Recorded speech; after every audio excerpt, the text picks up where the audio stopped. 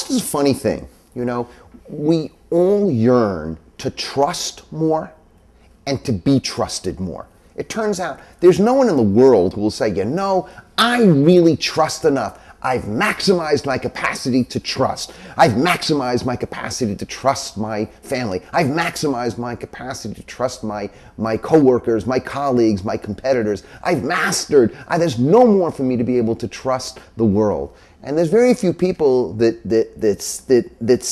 have enough trust. You know, they say, oh, I'm the most trustworthy person in the world. There's nowhere more that I could develop a capacity for you to trust me. So it turns out trust is one of those infinite yearnings. Because trust is just a way of saying, can I really believe that everything will work out? Now it turns out as human beings, what we want more than anything else is for everything to work out. Now here's another truth about life. As much as we yearn for unconditional trust, to both be trusted and to trust, it turns out there's no such thing as perfect trust. Which is why we all have to yell, Amen, I believe, I trust, after every blessing.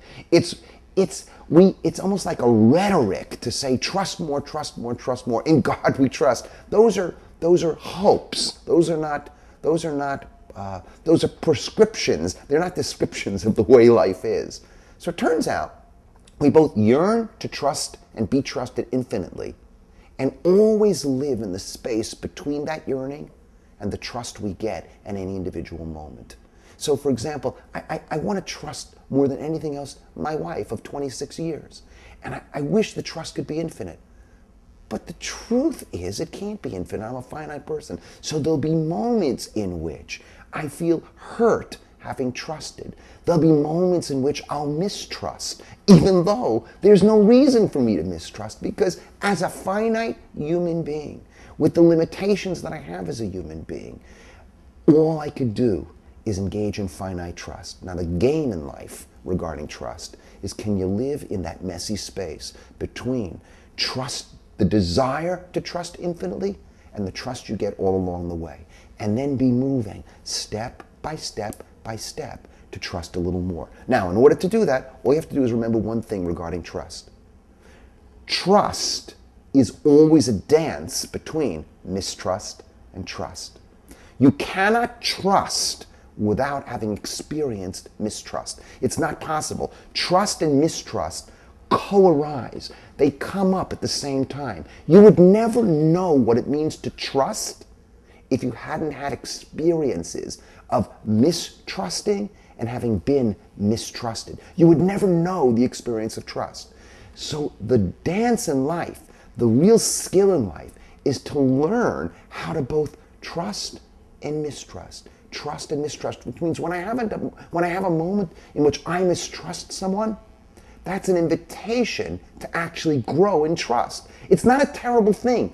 It's what it means to be human, is to at times mistrust. Mistrust is a very, very important signal of I feel vulnerable. Sometimes it's valid, sometimes it's not. That you have to work on. But it's a very important signal. And so if I mistrust someone, I have to say, why am I mistrusting that someone? What am I scared of?